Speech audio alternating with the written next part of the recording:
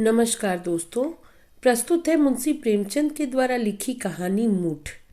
Doctor Jaipal ने प्रथम श्रेणी की सनद पाई थी, पर इसे भाग्य ही कहिए या व्यावसायिक सिद्धांतों का अज्ञान कि उन्हें अपने व्यवसाय में कभी उन्नत अवस्था न मिली। उनका घर संकरी गली में था, पर उनके जी में खुली जगह में घर लेने का विचार तक न उठा। औषधालय की अलमारियां, शीशियां और डॉक्टरी यंत्र आदि भी साफ सुथरे न थे। मितव्ययिता के सिद्धांत का वह अपनी घरेलू बातों में भी बहुत ध्यान रखते थे। लड़का जवान हो गया था, पर अभी उसकी शिक्षा का प्रश्न सामने न आया था। सोचते थे कि इतने दिनों तक पुस्तकों से सर मारकर मैंने ऐसी कौन सी बड़ी संपत्ति पाली जो उसके पढ़ाने लिखाने में हजारों रुपए बर्बाद करूं। उनकी पत्नी अहल्या धैर्यवान महिला थी, पर डॉक्टर साहब ने उनके इन गुणों पर इतना बोझ रख दिया था कि उसकी कमर भी झुक गई थी। माँ भी जीवित थी, पर गंगा स्नान के लिए तरस तरस कर रह जाती थी। दूसरे पवित्र स्थानों की यात्रा की चर्चा ही क्या। इस क्रूर मितव्ययिता का परिणाम यह था कि इस घर में सुख और शांति का नाम न था।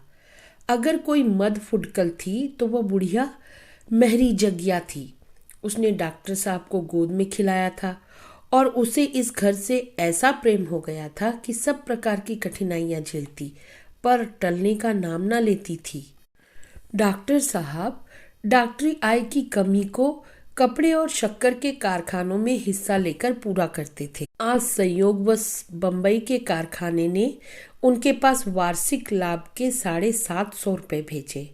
डॉक्टर साहब ने बीमा खोला, नोट गिने, डाकिये को विदा किया, पर डाकिये के पास रुपए अधिक थे। बोझ से दबा जाता था।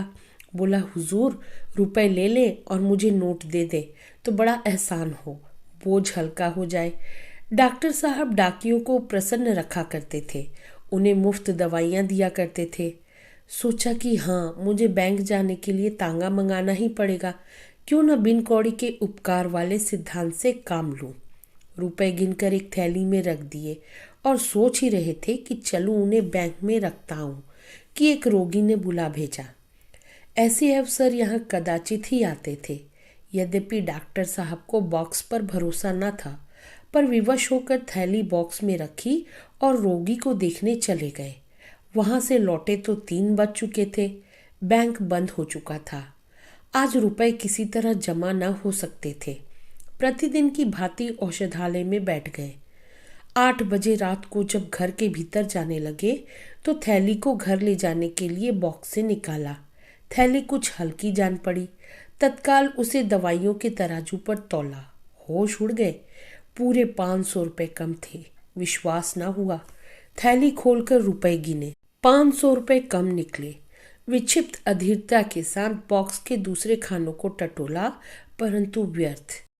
निराश होकर एक कुर्सी पर बैठ गए और स्मरण शक्ति को एकत्र करने के लिए आंखें बंद कर दी और सोचने लगे, मैंने रुपए कहीं अलग तो नहीं रखे, डाकिये ने रुपए कम तो नहीं दिए, मैंने गिनने में भूल तो नहीं की। मैंने 25-25 रुपए की गड्डियां लगाई थी, पूरी 30 गड्डियां थी, खूब याद है। मैंने एक एक गड्डी गिनकर थैली में रखी। स्मरण शक्ति मुझे धोखा नहीं दे रही है, सब मुझे ठीक ठीक याद है। बॉक्स का ताला भी बंद कर दिया था, किंतु ओह, अब समझ में आ गया, कुंजी मेज पर ही छोड़ दी। जल्दी के मारे उसे जेब में रखना भूल गया। वह अभी तक मेज पर पड़ी है। बस यही बात है, कुंजी जेब में डालने की याद नहीं रही। परंतु ले कौन गया? बाहर दरवाजे बंद थे। घर में धरे रुपए पैसे कोई छूता नहीं। आज तक कभी ऐसा अवसर नहीं आया। अवश्य यह किसी बाहरी आदमी का काम है। हो सकता है कि कोई दरवाजा खुला रह गया हो, कोई दवा लेने आया हो, कुंजी मेज पर पड़ी देखी हो और बॉक्स खोलकर रुपए निकाल लिए हो। इसी से मैं रुपए नहीं लिया करता। कौन ठिकाना डाकिये की ही करतूत हो। बहुत संभव है उसने मुझे बॉक्स में थैली रखते देखा था। रुपए जमा हो जाते तो मेरे पास पूरे 1000 रुपये हो जाते। ब्याज जोड़ने में सरलता होती। क्या करूं? पुलिस को खबर दूं? व्यर्थ बैठे बिठाए उलझन मोल लेनी है। टोले भर के आदमियों की दरवाजे पर भीड़ होगी। 10-5 आदमियों को गालियां खानी पड़ेंगी और फल कुछ नहीं, तो क्या धीरज धर कर बैठा रहूं? कैसे धीरज धरूं? यह कोई सेंतमेंत मिला धन तो था नहीं। हराम की कौड़ी होती तो समझता जैसे आई वैसे गई। यहाँ एक एक पैसा अपने पसीने का है। मैं जो इतनी मितव्ययता से रहता हूँ, इतने कष्ट से रहता हूँ, कंजूस प्रसिद्ध हूँ, घर के आवश्यक व्यय में भी काट छाट करता हूँ, क्या इसलिए कि किसी उचक्के के लिए मनोरंजन का सामान जुटाऊं? मुझे रेशम से घृणा नहीं, न मेवे ही अरुचिकर है, न अजीर्ण का रोग है कि मलाई खाऊं और अपच हो जाए, न आंखों में दृष्टि कम है कि थिएटर और सिनेमा का आनंद न उठा सकूं। मैं सब ओर से अपने मन को मारे रहता हूँ, इसलिए तो कि मेरे पास 4 पैसे हो जाए, काम पड़ने पर किसी के आगे हाथ ना फैलाना पड़े, कुछ जायदाद ले सकूं और नहीं तो अच्छा घर ही बनवा लूं। पर इन मन मारने का यह फल गाढ़े परिश्रम के रुपए लुट जाए। अन्याय है कि मैं यूं दिन दहाड़े लुट जाऊं और उस दुष्ट का बाल भी टेढ़ा न हो। उसके घर दिवाली रही होगी, आनंद मनाया जा रहा होगा, सब के सब बगले बजा रहे होंगे। डॉक्टर साहब बदला लेने के लिए व्याकुल हो गए। मैंने कभी किसी फकीर को, किसी साधु को दरवाजे पर खड़े होने नहीं दिया। अनेक बार चाहने पर भी मैंने कभी मित्रों को अपने यहाँ निमंत्रित नहीं किया। कुटुंबियों और संबंधियों से सदा बचता रहा। क्या इसलिए? उसका पता लग जाता तो मैं एक विषैली सुई से उसके जीवन का अंत कर देता। किंतु कोई उपाय नहीं है। जुलाहे का गुस्सा दाढ़ी पर।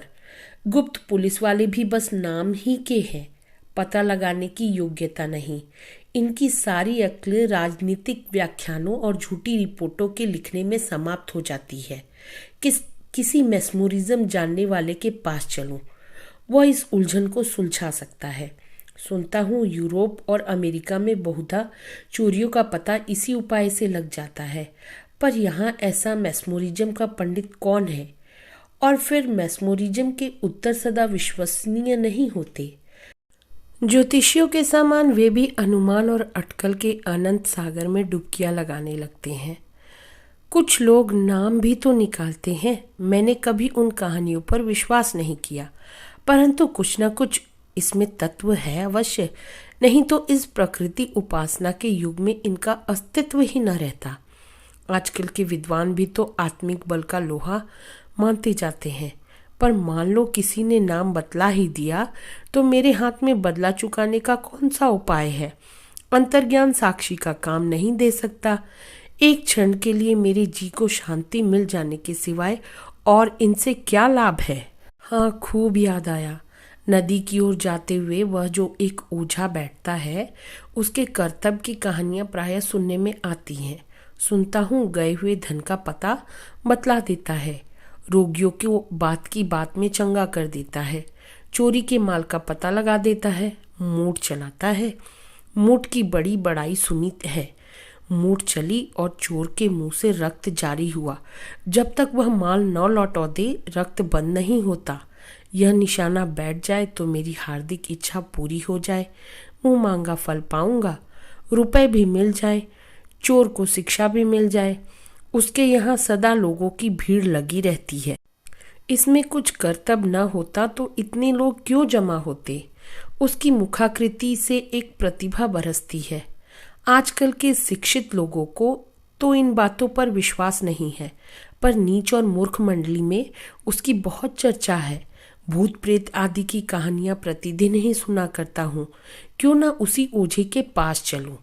मान लो कोई लाभ न हुआ तो हानि ही क्या हो जाएगी? जहाँ 500 रुपये गए हैं, 2-4 रुपये का खून और सही। यह समय भी अच्छा है, भीड़ कम होगी, चलना चाहिए। जी में यह निश्चय करके डॉक्टर साहब उस ओझे के घर की ओर चले।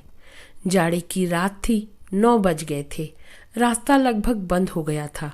कभी कभी घरों से रामायण की ध्वनि कानों में आ जाती थी।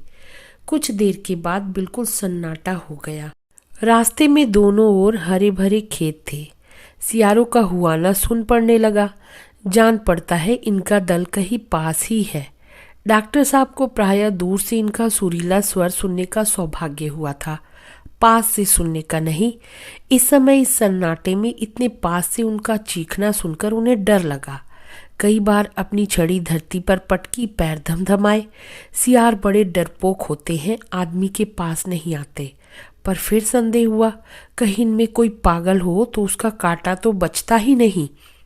यह संदेह होते ही कीटाणु, बैक्टीरिया, पास्टियर इंस्टीट्यूट और कसौली की याद उनके मस्तिष्क में चक्कर काटने लगी। वह जल्दी जल्दी पैर बढ़ाए चले जाते थे। एकाएक जी में विचार उठा, कहीं मेरे ही घर में किसी ने रुपए उठा लिए हो तो। वे तत्काल ठिठक गए और एक ही क्षण में उन्होंने इसका भी निर्णय कर लिया। क्या हर्ज है, घर वालों को तो और भी कड़ा दंड मिलना चाहिए। चोर की मेरे साथ सहानुभूति नहीं हो सकती, पर घर वालों की सहानुभूति का तो मैं अधिकारी हूँ। उन्हें जानना चाहिए मैं जो कुछ करता हूँ उन्हीं के लिए करता हूँ। रात दिन मरता हूँ तो उन्हीं के लिए मरता हूँ। यदि इस पर भी वे मुझे यूं धोखा देने के लिए तैयार हो तो उनसे अधिक कृतज्ञ, उनसे अधिक अकृतज्ञ, उनसे अधिक निर्दय और कौन होगा। उन्हें और भी कड़ा दंड मिलना चाहिए, इतना कड़ा, इतना शिक्षाप्रद कि फिर कभी किसी को ऐसा करने का साहस न हो। अंत में वे ओझे के घर के पास पहुंचे। लोगों की भीड़ ना थी। उन्हें बड़ा संतोष हुआ। हाँ, उनकी चाल कुछ धीमी पड़ गई। फिर जी में सोचा, कहीं यह सब ढकोसला ही ढकोसला हो तो व्यर्थ लज्जित होना पड़े। जो सुने मूर्ख बनाए। कदाचित ओझा ही मुझे तुच्छ बुद्धि समझे। पर अब तो आ गया, यह तजर्बा भी हो जाए। और कुछ न होगा तो जांच ही सही। ओझा का नाम बुद्धू था, लोग चौधरी कहते थे। जाति का चमार था, छोटा सा घर और वह भी गंदा। छप्पर इतनी नीची थी कि झुकने पर भी सिर में टक्कर लगने का डर लगता था। दरवाजे पर एक नीम का पेड़ था, उसके नीचे एक चौरा। नीम के पेड़ पर एक झंडी लहराती थी। चौरा पर मिट्टी के सैकड़ों हाथी सिंदूर से रंगे हुए खड़े थे। कई लोहे के नोकदार त्रिशूल भी गड़े थे, जो मानो इन मंदगति हाथी के लिए अंकुश का काम दे रहे थे। 10 बजे थे। बुद्धू चौधरी, जो एक काले रंग का तोंदीला और रौबदार आदमी था, एक फटे हुए टाट पर बैठा नारियल पी रहा था, बोतल और गिलास भी सामने रखे हुए। बुद्धू ने डॉक्टर साहब को देखकर तुरंत बोतल छिपा दी और नीचे उतरकर सलाम किया। घर से एक बुढ़िया ने मोढ़ा लाकर उनके लिए रख दिया। डॉक्टर साहब ने कुछ झेपते हुए सारी घटना कह सुनाई। बुद्धू ने कहा, हुजूर, यह कौन बड़ा काम है। अभी इसी इतवार को दारोगा जी की घड़ी चोरी हो गई थी। बहुत कुछ तहकीकात की, पता न चला। मुझे बुलाया, मैंने बात की बात में पता लगा दिया। 5 रुपए इनाम दिए। कल की बात है, जमादार साहब की घोड़ी खो गई थी। चारों तरफ दौड़ते फिरते थे। मैंने ऐसा पता बता दिया कि घोड़ी चरती हुई मिल गई। इसी विद्या की बदौलत हुजूर, हुक्काम सभी मानते हैं। डॉक्टर को दारोगा और जमादार की चर्चा न रुचि।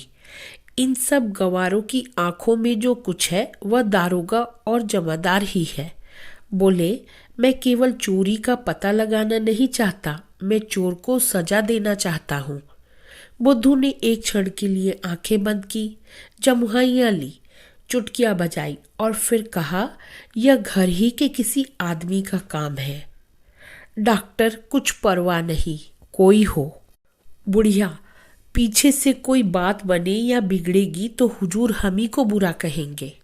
डॉक्टर, इसकी तुम चिंता न करो, मैंने खूब सोच विचार लिया है। बल्कि अगर घर के किसी आदमी की शरारत है तो मैं उसके साथ और भी कड़ाई करना चाहता हूँ। बाहर का आदमी मेरे साथ छल करे तो क्षमा के योग्य है, पर घर के आदमी को मैं किसी प्रकार क्षमा नहीं कर सकता। बुद्धू, तो हुजूर क्या चाहते हैं? डॉक्टर, बस यही कि मेरे रुपए मिल जाएं और चोर किसी बड़े कष्ट में पड़ जाए। बुद्धू, मूठ चला दूं? बुढ़िया, ना बेटा, मूठ के पास ना जाना, न जाने कैसी पड़े कैसी न पड़े। डॉक्टर, तुम मूठ चला दो, इसका जो कुछ मेहनताना और इनाम हो मैं देने को तैयार हूँ। बुढ़िया, बेटा मैं फिर कहती हूँ, मूठ के फेर में मत पड़। कोई जोखम की बात आ पड़ेगी तो वही बाबूजी फिर तेरे सिर होंगे और तेरे बनाए कुछ न बनेगी। क्या जानता नहीं मूठ का उतार कितना कठिन है? बुद्धू, हाँ बाबूजी, फिर एक बार अच्छी तरह सोच लीजिए। मूठ तो मैं चला दूंगा, लेकिन उसको उतारने का जिम्मा मैं नहीं ले सकता। डॉक्टर, अभी कह तो दिया, मैं तुमसे उतारने को न कहूँगा, चलाओ भी तो। बुद्धू ने आवश्यक सामान की एक लंबी तालिका बनाई। डॉक्टर साहब ने सामान की अपेक्षा रुपए देना अधिक उचित समझा। बुद्धू राजी हो गया। डॉक्टर साहब चलते चलते बोले, ऐसा मंत्र बनाओ कि सवेरा होते होते चोर मेरे सामने माल लिए हुए आ जाए। बुद्धू ने कहा, आप निशा खातिर रहे। डॉक्टर साहब वहां से चले तो 11 बजे थे। जाड़े की रात, कड़ाके की ठंड थी। उनकी माँ और स्त्री दोनों बैठी हुई उनकी राह देख रही थी। उन्होंने जी को बहलाने के लिए बीच में एक अंगीठी रख ली थी, जिसका प्रभाव शरीर की अपेक्षा विचार पर अधिक पड़ता था। यहाँ कोयला विलास्य पदार्थ समझा जाता था। बुढ़िया मेहरी जगिया वहीं फटा टाट का टुकड़ा ओढ़े पड़ी थी। वह बार बार उठकर अपनी अंधेरी कोठरी में जाती, आले पर कुछ टटोल कर देखती और फिर अपनी जगह पर आकर पड़ जाती। बार बार पूछती, कितनी रात गई होगी। जरा भी खटका होता तो चौंक पड़ती और चिंतित दृष्टि से इधर उधर देखने लगती। आज डॉक्टर साहब ने नियम के प्रतिकूल क्यों इतनी देर लगाई, इसका सबको आश्चर्य था। ऐसे अवसर बहुत कम आते थे कि उन्हें रोगियों को देखने के लिए रात को जाना पड़ता हो। यदि कुछ लोग उनकी डॉक्टरी के कायल भी थे तो वे रात को उस गली में आने का साहस न करते थे। सभा सोसाइटियों में जाने को उन्हें रुचि न थी। मित्रों से भी उनका मेल जोल न था। माँ ने कहा, जाने कहाँ चला गया, खाना बिल्कुल पानी हो गया। अहल्या, आदमी जाता है तो कहकर जाता है, आधी रात से ऊपर हो गई। माँ, कोई ऐसी ही अटक हो गई होगी, नहीं तो वह कब घर से बाहर निकलता है। अहल्या, मैं तो अब सोने जाती हूँ, उनका जब जी चाहे आए। कोई सारी रात बैठा पहरा देगा। यही बातें हो रही थी कि डॉक्टर साहब घर आ पहुंचे। अहल्या संभल बैठी। जगिया उठकर खड़ी हो गई और उनकी ओर सहमी हुई आंखों से ताकने लगी। माँ ने पूछा, आज कहाँ इतनी देर लगा दी? डॉक्टर, तुम लोग तो सुख से बैठी हो ना, हमें देर हो गई इसकी तुम्हें क्या चिंता। जाओ सुख से सो। इन ऊपरी दिखावटी बातों से मैं धोखे में नहीं आता। अवसर पाओ तो गला काट लो, इस पर चली हो बात बनाने। माँ ने दुखी होकर कहा, बेटा ऐसी जी दुखाने वाली बातें क्यों करते हो? घर में तुम्हारा कौन बैरी है जो तुम्हारा बुरा चाहेगा? डॉक्टर, मैं किसी को अपना मित्र नहीं समझता, सभी मेरे बैरी हैं, मेरे प्राणों के ग्राहक हैं। नहीं तो क्या आंख उजल होते ही मेरी मेज से 500 रुपये उड़ जाए? दरवाजे बाहर से बंद थे, कोई गैर आया नहीं, रुपए रखते ही उड़ गए। जो लोग इस तरह मेरा गला काटने पर उतारू हूँ, उन्हें क्यों कर अपना समझूं? मैंने खूब पता लगा लिया है। अभी एक ओझे के पास से चला आ रहा हूँ। उसने साफ कह दिया कि घर के ही किसी आदमी का काम है। अच्छी बात है, जैसी करनी वैसी भरनी। मैं भी बता दूंगा कि मैं अपने बैरियों का शुभचिंतक नहीं हूँ। यदि बाहर का आदमी होता तो कदाचित मैं जाने भी देता, पर जब घर के आदमी जिनके लिए दिन रात चक्की पीसता हूँ मेरे साथ ऐसा छल करे तो वे इसी योग्य हैं कि उनके साथ जरा भी रियायत न की जाए। देखना सवेरे तक चोर की क्या दशा होती है। मैंने ओझे से मूठ चलाने को कह दिया है। मूठ चली और उधर चोर के प्राण संकट में पड़े। जगिया घबरा कर बोली, भैया मूठ में जान जोखम है। डॉक्टर, चोर की यही सजा है। जगिया, किस ओझे ने चलाया है? डॉक्टर, बुद्धू चौधरी ने। जगिया, अरे राम, उसकी मूठ का तो उतार ही नहीं। डॉक्टर अपने कमरे में चले गए तो माँ ने कहा, सूम का धन शैतान खाता है। 500 रुपया कोई मुंह मार कर ले गया, इतने में तो मेरे सातों धाम हो जाते। अहल्या बोली, कंगन के लिए बरसों से झीक रही हूँ, अच्छा हुआ मेरी आह पड़ी है। माँ, भला घर में उसके रुपए कौन लेगा? अहल्या, किवाड़ खुले होंगे, कोई बाहरी आदमी उड़ा ले गया होगा। माँ, उसको विश्वास क्यों कर आ गया कि घर ही के किसी आदमी ने रुपए चुराए हैं? अहल्या, रुपए का लोग आदमी को शक्की बना देता है। रात को 1 बजा था। डॉक्टर जयपाल भयानक स्वप्न देख रहे थे। एकाएक अहल्या ने आकर कहा, जरा चलकर देखिए जगिया का क्या हाल हो रहा है। जान पड़ता है जीभ ऐंठ गई, कुछ बोलती ही नहीं, आंखें पथरा गई हैं। डॉक्टर चौंक कर उठ बैठे। एक क्षण तक इधर उधर ताकते रहे, मानो सोच रहे थे यह भी स्वप्न तो नहीं है। तब बोले, क्या कहा? जगिया को क्या हो गया? अहल्या ने फिर जगिया का हाल कहा। डॉक्टर के मुख पर हल्की सी मुस्कुराहट दौड़ गई। बोले, चोर पकड़ा गया, मूठ ने अपना काम किया। अहल्या और जो घर ही के किसी आदमी ने ले लिए होते। डॉक्टर, तो उसकी भी यही दशा होती, सदा के लिए सीख जाता। अहल्या, 500 रुपए के पीछे प्राण ले लेते।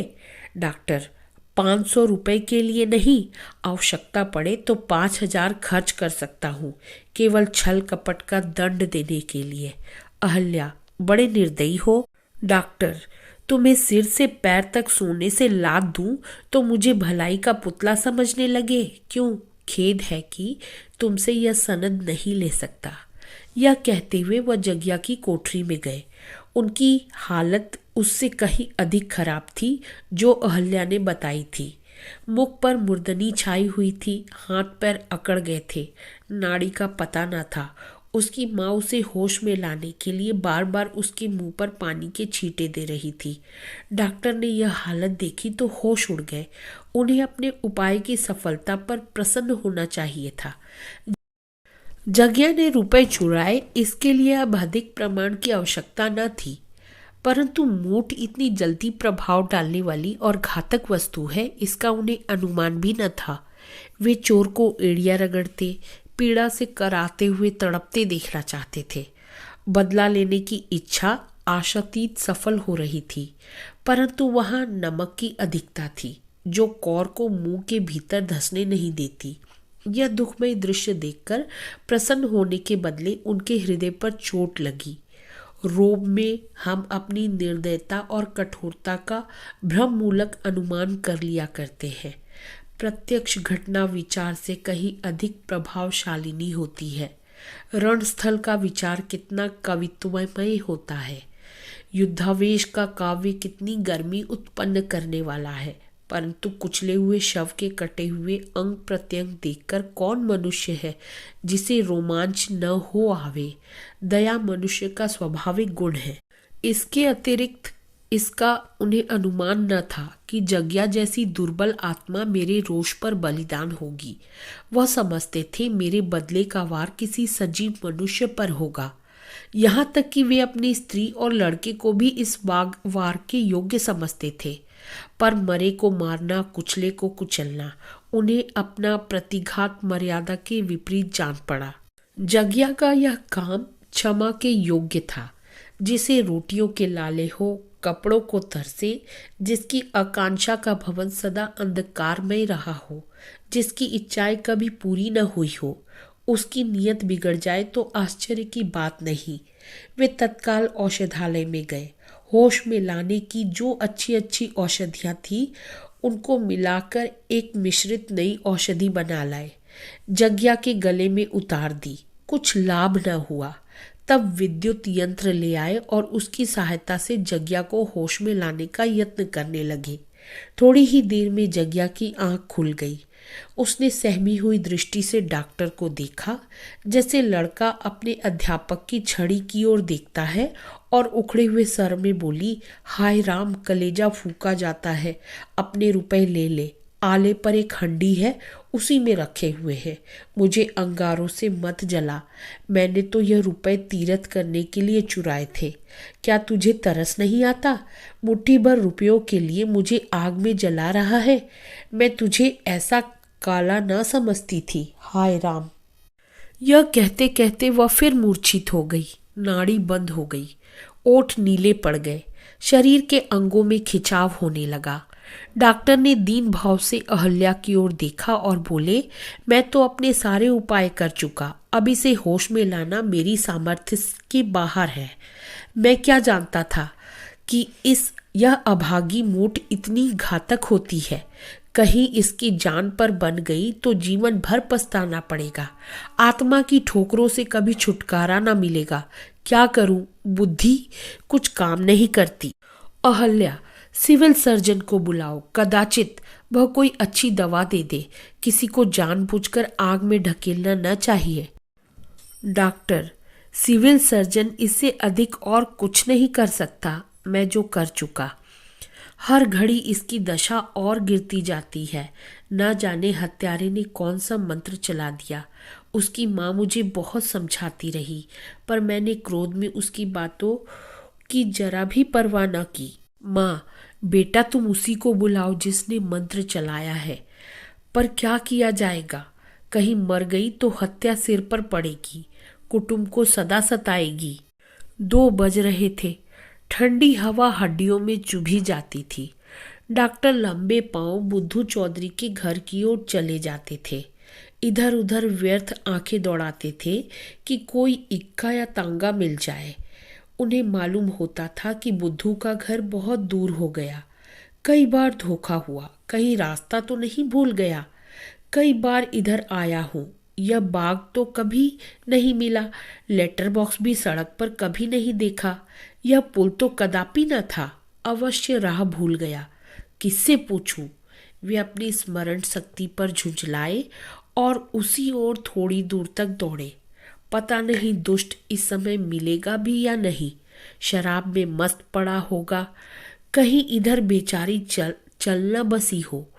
कई बार इधर उधर घूम जाने का विचार हुआ, पर अंतः प्रेरणा ने सीधी राह से हटने ना दिया। यहाँ तक कि बुद्धू का घर दिखाई पड़ा। डॉक्टर जयपाल की जान में जान आई। बुद्धू के दरवाजे पर जाकर जोर से कुंडी खटखटाई। भीतर से कुत्ते ने असभ्यतापूर्ण उत्तर दिया, पर किसी आदमी का शब्द न सुनाई दिया। फिर जोर जोर से किवाड़ खटखटाए। कुत्ता और भी तेज पड़ा। बुढ़िया की नींद टूटी। बोली, यह कौन इतनी रात गए किवाड़ तोड़े डालता है? डॉक्टर, मैं हूँ, जो कुछ देर हुई तुम्हारे पास आया था। बुढ़िया ने बोली पहचानी। समझ गई इनके घर के किसी आदमी पर विपत पड़ी, नहीं तो इतनी रात गए क्यों आते। पर अभी तो बुद्धू ने मूठ चलाई नहीं। उसका असर क्यों कर हुआ। समझाती थी तब न माने। खूब फंसे। उठकर कुप्पी जलाई और उसे लिए बाहर निकली। डॉक्टर साहब ने पूछा, बुद्धू चौधरी सो रहे हैं? जरा उन्हें जगा दो। बुढ़िया, ना बाबूजी, इस बगत मैं न जगाऊंगी। मुझे कच्चा ही खा जाएगा। रात को लाट साहब भी आवे तो नहीं उठता। डॉक्टर साहब ने थोड़े शब्दों में पूरी घटना कह सुनाई और बड़ी नम्रता के साथ कहा कि बुद्धू को जगा दे। इतने में बुद्धू अपने ही आप बाहर निकल आया और आंखें मलता हुआ बोला, कहिए बाबूजी, क्या हुक्म है? बुढ़िया ने चिढ़कर कहा, तेरी नींद आज कैसे खुल गई? मैं जगाने गई होती तो मारने उठता।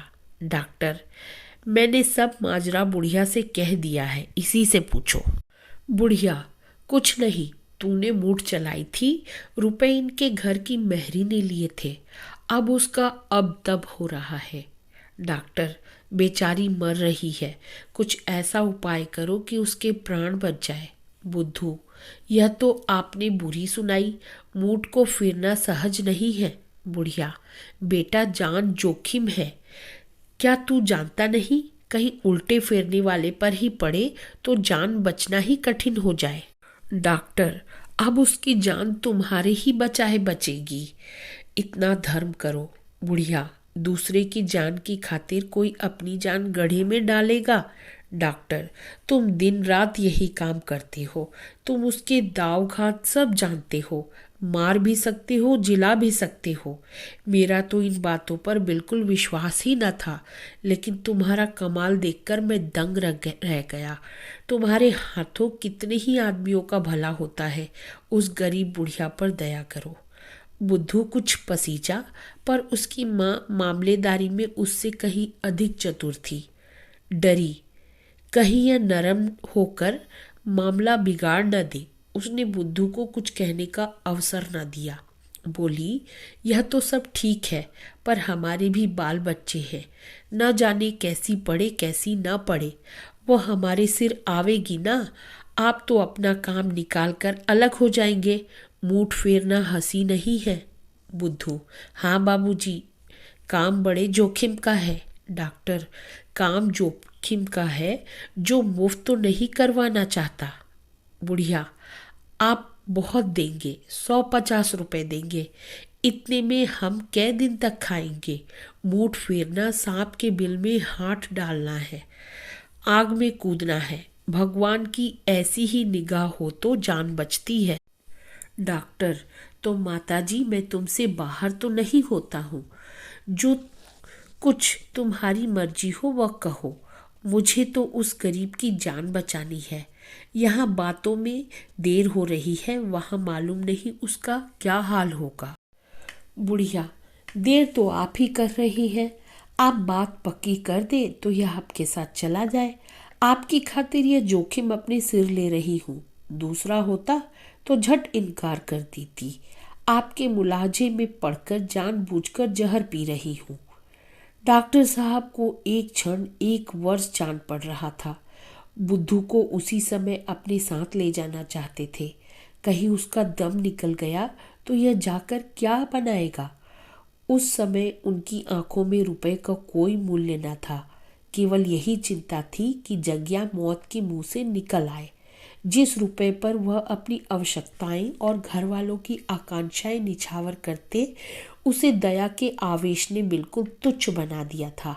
बोले, तुम ही बतलाओ, अब मैं क्या कहूँ, पर जो कुछ कहना हो झटपट कह दो। बुढ़िया, अच्छा तो 500 रुपये दीजिए, इससे कम में काम न होगा। बुद्धू ने माँ की ओर आश्चर्य से देखा और डॉक्टर साहब मूर्छित से हो गए। निराशा से बोले, इतना मेरे बूते के बाहर है, जान पड़ता है उसके भाग्य में मरना ही बदा है।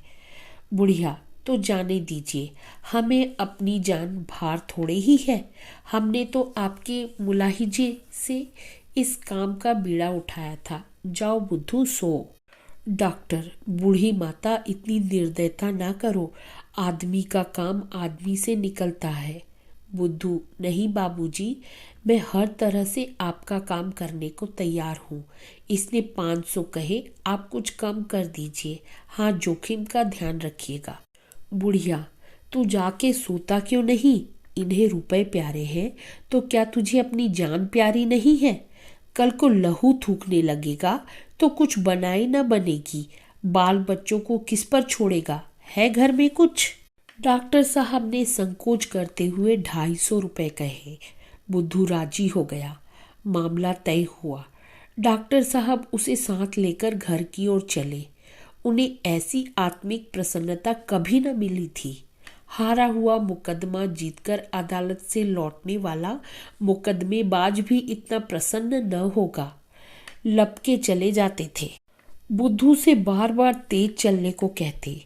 घर पहुंचे तो जग्या को बिल्कुल मरने के निकट पाया। जान पड़ता था यही सांस अंतिम सांस है। उनकी माँ और स्त्री दोनों आंसू भरे निराश बैठी थी। बुद्धू को दोनों ने विनम्र दृष्टि से देखा। डॉक्टर साहब के आंसू भी न रुक सके। जग्या की ओर झुके तो आंसू की बूंदें उसके मुरझाए हुए पीले मुंह पर टपक पड़ी। स्थिति ने बुद्धू को सजग कर दिया। बुढ़िया के देह पर हाथ रखते हुए बोला, बाबूजी, अब मेरा किया हुआ कुछ नहीं हो सकता, यह दम तोड़ रही है। डॉक्टर साहब ने गिड़गिड़ाकर कहा, नहीं चौधरी, ईश्वर के नाम पर अपना मंत्र चलाओ। इसकी जान बच गई तो सदा के लिए मैं तुम्हारा गुलाम बना रहूंगा। बुद्धू, आप मुझे जानबूझकर जहर खाने को कहते हैं। मुझे मालूम न था कि मूठ के देवता इस वक्त कितने गर्म हैं। वह मेरे मन में बैठे कह रहे हैं, तुमने हमारा शिकार छीना तो हम तुम्हें निगल जाएंगे। डॉक्टर, देवता को किसी तरह राजी कर लो। बुद्धू, राजी करना बड़ा कठिन है। 500 रुपये दीजिए तो इसकी जान बचे। उतारने के लिए बड़े बड़े जतन करने पड़ेंगे। डॉक्टर, 500 रुपये दे दूं तो इसकी जान बचा दोगे? बुद्धू, हाँ, शर्त बंद कर। डॉक्टर साहब बिजली की तरह लपक कर अपने कमरे में आ गए और 500 रुपये की थैली लाकर बुद्धू के सामने रख दी। बुद्धू ने विजय की दृष्टि से थैली को देखा, फिर जग्या का सिर अपनी गोद में रखकर उस पर हाथ फेरने लगा। कुछ बुदबुदा कर छू छू करता जाता था। एक क्षण में उसकी सूरत डरावनी हो गई। लपटें सी निकलने लगी। बार बार अंगड़ाइयाँ लेने लगा। इसी दशा में एक बेसुरा गाना आरंभ किया, पर हाथ जग्या के सिर पर ही था। अंत में कोई आध घंटा बीतने पर जग्या ने आंखें खोल दी, जैसे बुझते हुए दिए में तेल पड़ जाए। धीरे धीरे उसकी अवस्था सुधरने लगी। उधर कौवे की बोली सुनाई दी।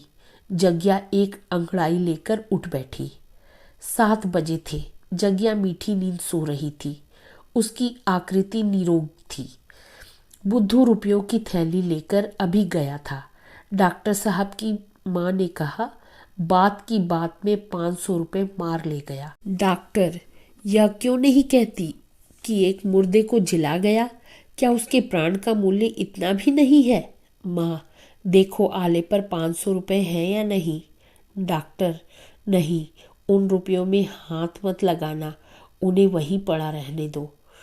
उसने तीरथ करने के वास्ते लिए थे, वह उसी के काम में लगेंगे। माँ, यह सब रुपए उसी के भाग के थे। डॉक्टर, उसके भाग के तो 500 ही थे, बाकी मेरे भाग के थे। उनकी बदौलत मुझे ऐसी शिक्षा मिली जो उम्र भर न भूलूंगा। तुम मुझे अब आवश्यक कामों में मुट्ठी बंद करते हुए न पाओगी।